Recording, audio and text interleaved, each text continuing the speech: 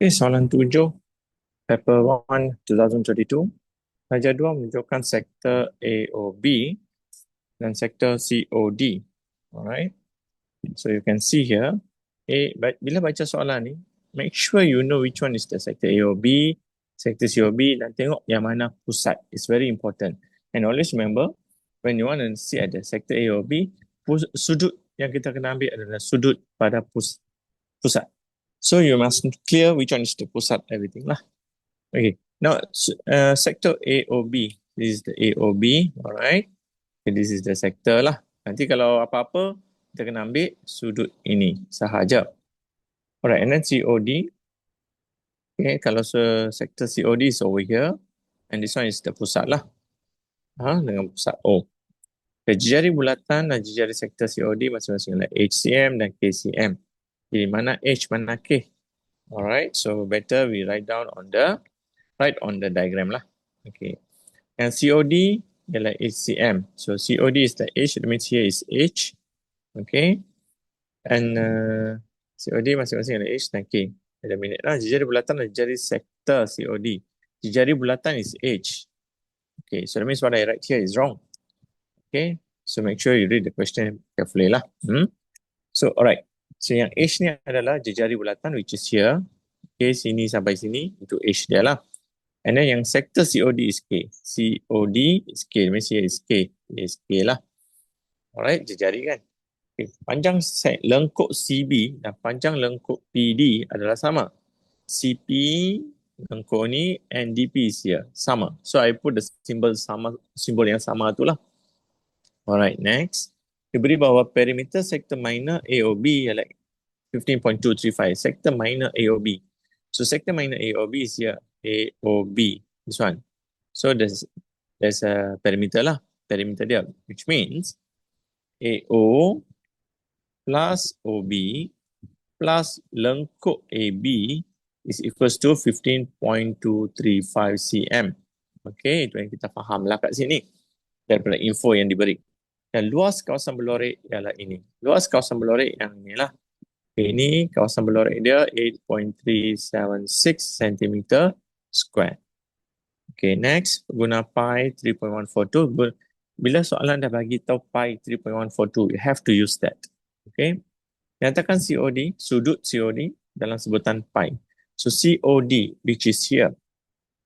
Okay, sudut COD is di sini. Okay. So dalam sebutan pi, that means pi tu tak perlu nak ganti. Okay. So bila kita tengok sini, it's quite easy over here.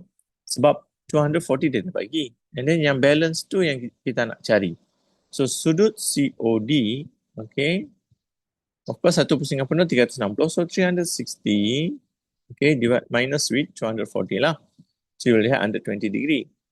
But then soalan dia nak dalam sebutan pi, which means kita perlu tukar ke sudut dalam sebutan radian. I mean, dalam unit radian. So angle COD equals to 120. Times sekarang kalau kamu nak cari dalam radian, so over 180. Ingat dah, degree and degree kita potong dan kita dapat nanti pi radian. Jadi kita akan dapat dalam radian. Okay, so calculate this. You will get 2 over 3 pi radian.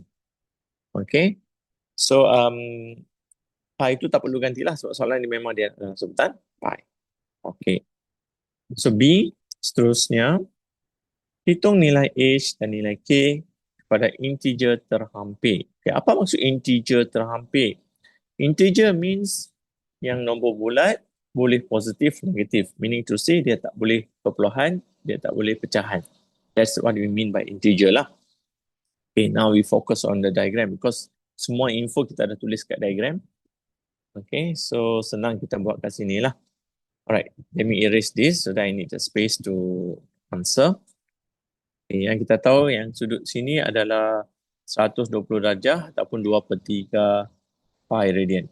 Okay, now let's do. Info yang kita ada adalah ini perimeter and also the luas. Okay, when I look at the perimeter AO, so AO maksudnya H, so it means H plus OB pun H juga kan sebab jari. H plus lengkuk AB. Lengkuk AB ni yang kita kena cari. How to find the lengkuk AB? Okay. Remember the formula S equals to R theta, and then the theta must be in radian. So AB equals to R theta. R is H, the radius, H times the theta. Theta is here. Okay. Jadi, sekarang cikgu faham kenapa dia bagi info yang lengkuk dia sama. Meaning to say, sudut sini sama dengan sudut sini, which is 120, right? For both. That means 60-60 lah. So, sudut theta dia adalah 60 degree, which I want to convert to radian. Sebab kalau guna rumus ni, okay, angle must be in radian lah. Alright, so pi over radian. So, pi tu cikgu ganti 3.142 over radian, 180. Okay, 60 over 100. 60 times 3.14 over 180. Okay, that's what do you call angle in radian lah.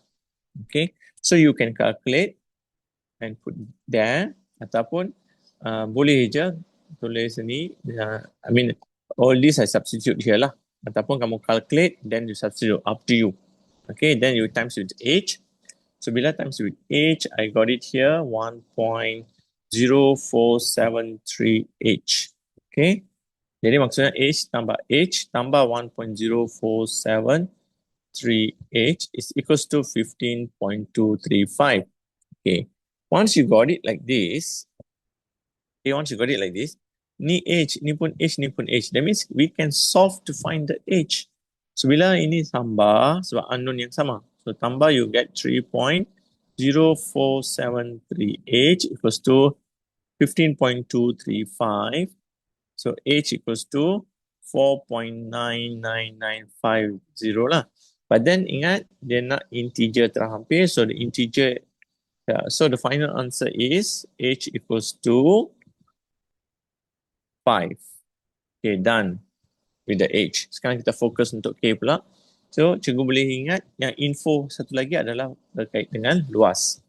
Alright, how to find the luas yang berlorek sahaja? Sebab yang kita ada ni adalah luas untuk berlorek sahaja.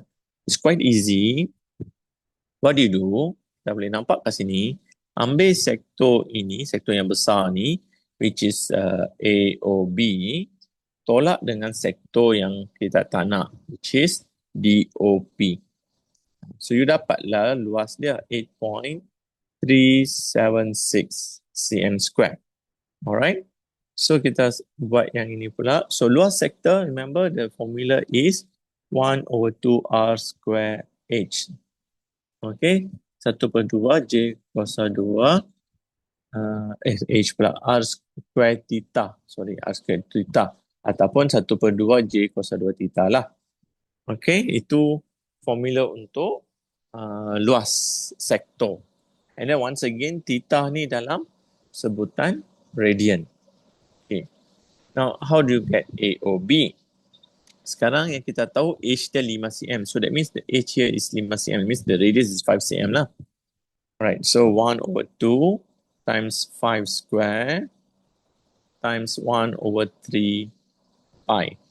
Okay. Ataupun 1/3 pi macam mana cikgu dapat? 2/3 pi, yang tadi 2/3 pi, right? Theta, I divide by 2. That's why I get 1/3 pi lah. Okay. So minus 1/2. Sekarang jejari untuk DOP, when you see DOP, jejari dia adalah K kan? So put the K here lah. Alright. K square times with the 1/3 pi. Sudut dia lah. Equals to 8.376. Okay, now you need to solve. Pi ni pula ganti dengan 3.142. Okay, so cikgu dapat 13.0917 minus 0.5237 K square equals to 8.376. Okay, so and then cikgu nampak sini yang kita nak kira adalah K. So this one shift it first, dia akan jadi tolak lah. So negative 0.5237 K square equals to negative 4.7157. Okay, so K square equals to, yang ini pindah jadi bahagi. So 9.004. So K equals to 3 lah. Juga terus ambil integer yang terhampir. Alright, so that's all for soalan nombor 7.